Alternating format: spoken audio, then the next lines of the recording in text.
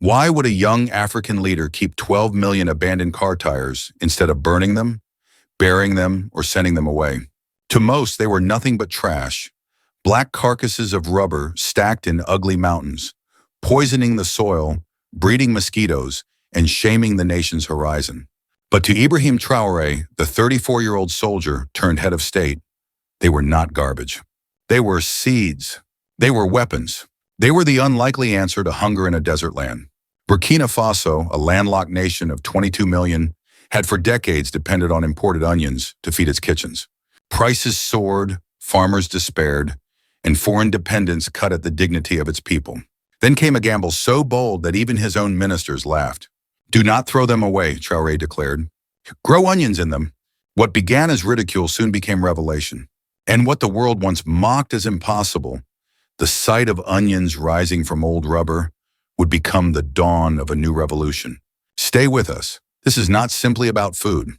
It is about power, dignity, and the right of Africa to stand tall. Subscribe now, because history is being rewritten before our very eyes. Long before the world heard the phrase Burkina Faso Onion Revolution, the land was marked by hardship.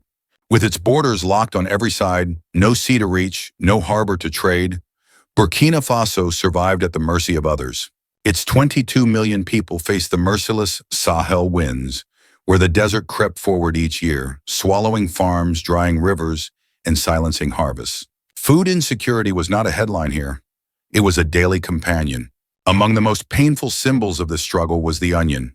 Across West Africa, onions are not a luxury but a foundation of every meal. Sliced into soups, ground into sauces, fried with meat and grains. Yet in Ouagadougou's crowded markets, women carried baskets of onions imported from Niger, Côte d'Ivoire, or even Europe.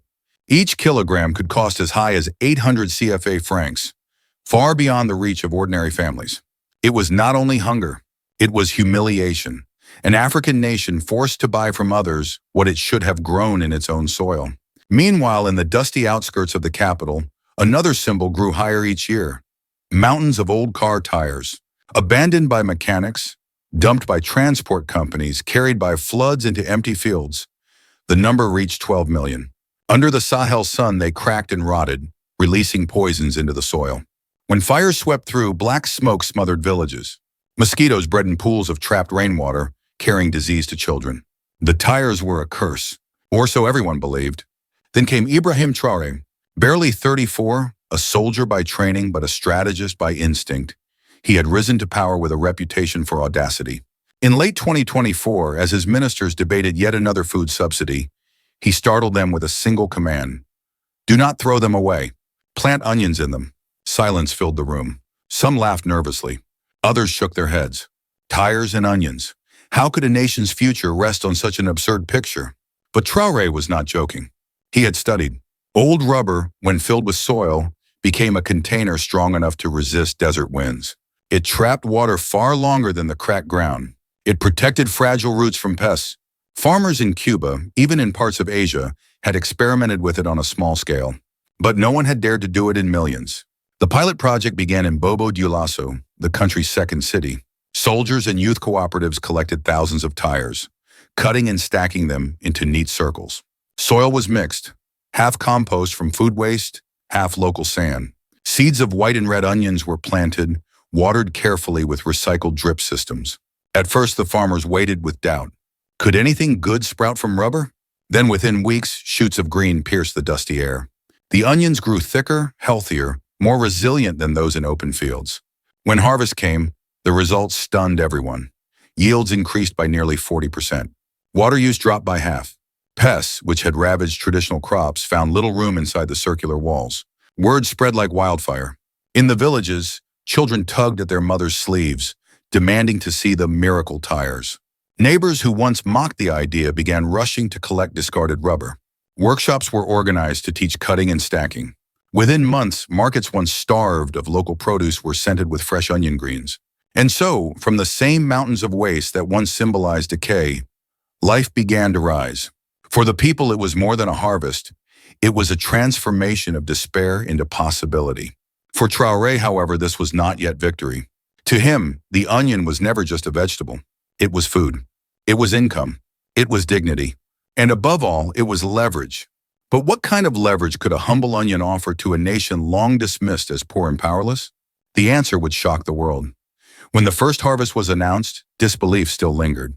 Many in the cities scoffed at the idea that a president could waste time on onions, while the nation struggled with poverty and sanctions. In tea shops and market corners, men shook their heads. A soldier planting onions in tires. What madness is this? Opposition politicians mocked it as populist theater. Foreign journalists in Paris and London dismissed it with condescension. The poorest country in West Africa now grows onions in trash. But the ridicule did not last long. By the time the second wave of harvest rolled in, proof could not be ignored. Entire fields once barren were now dotted with black circles, each bursting with green shoots. Mothers sold baskets of onions at half the price of last year. Children carried buckets of water to tire gardens behind their homes. Unemployed youth, once drifting towards gangs or migration, now earned steady wages cutting, stacking, and filling tires. The change was not just agricultural, it was emotional. Villages that had long felt abandoned by fate now smelled of onion greens. Women sang while harvesting, their hands stained with soil but their hearts light with hope.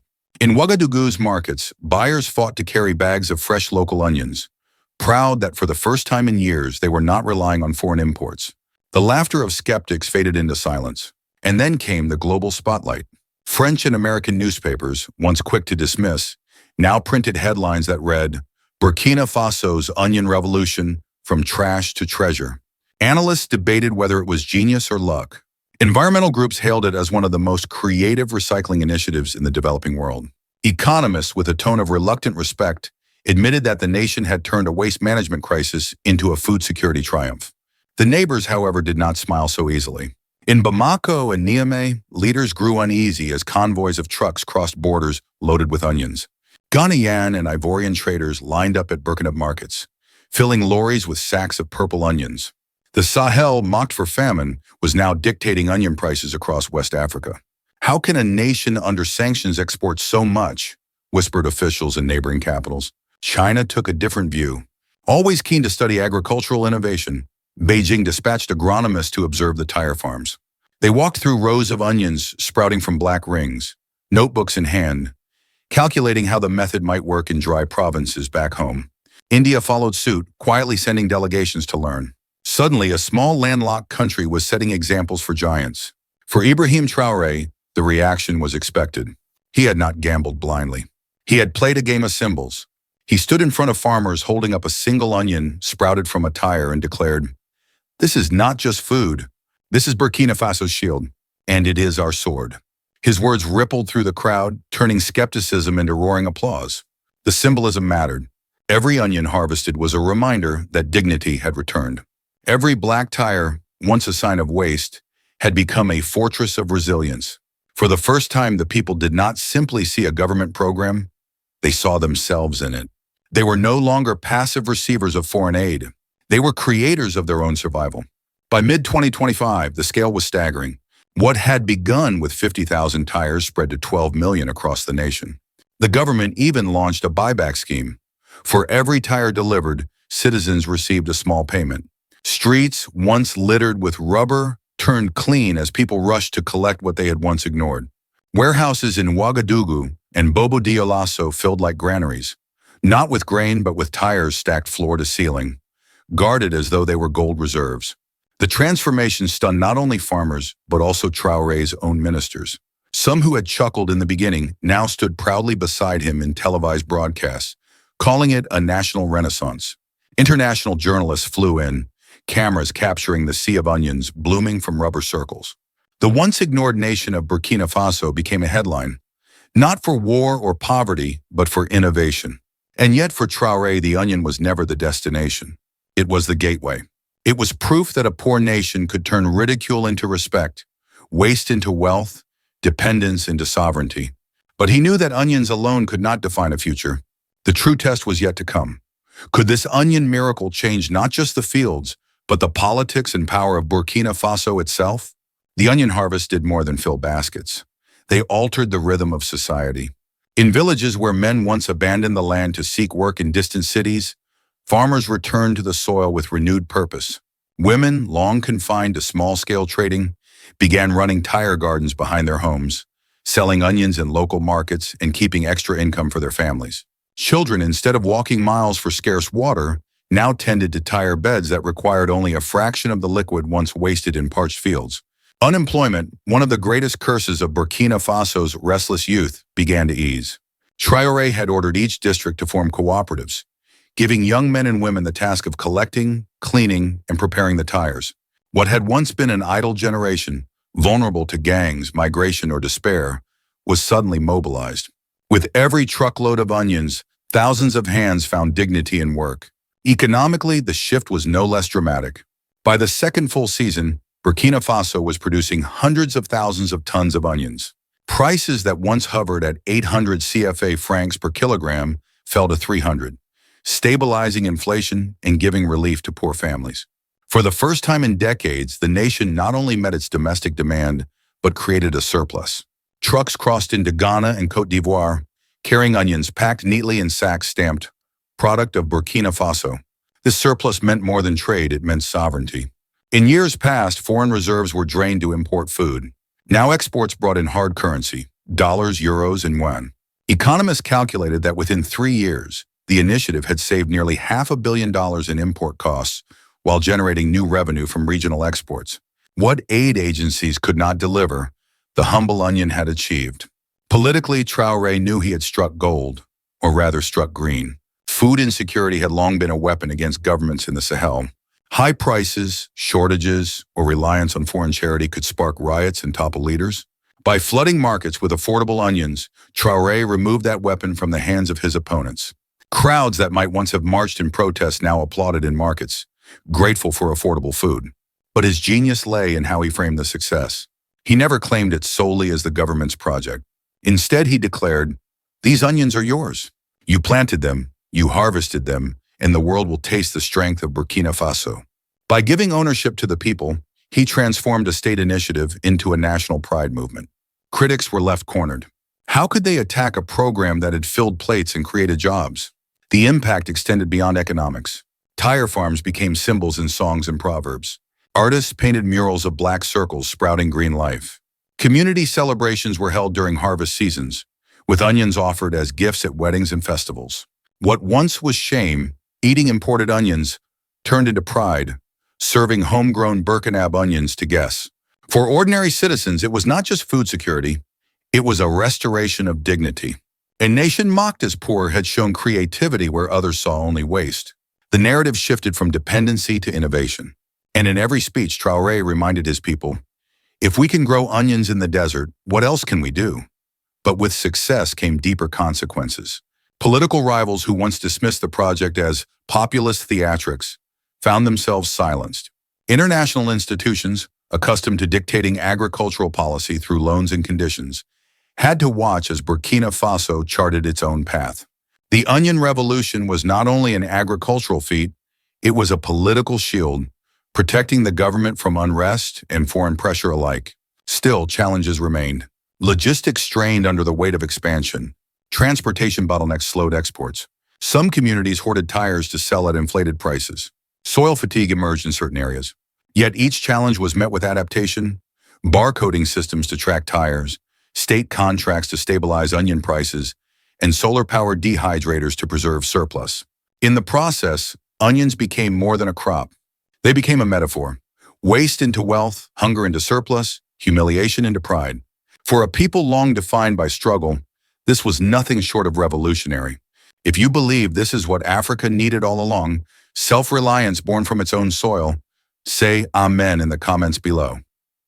But as onions reshaped villages and markets, the world beyond Burkina Faso was beginning to take notice. And not all eyes looked kindly on this unexpected success. The onion revolution did not stay within Burkina Faso's borders. Its scent traveled far, stirring surprise, admiration, and unease. In Paris, London, and Washington, analysts who had once mocked the idea scrambled to explain it. Editorials spoke of agricultural populism or improvised innovation. Yet beneath their cautious words lay a grudging respect.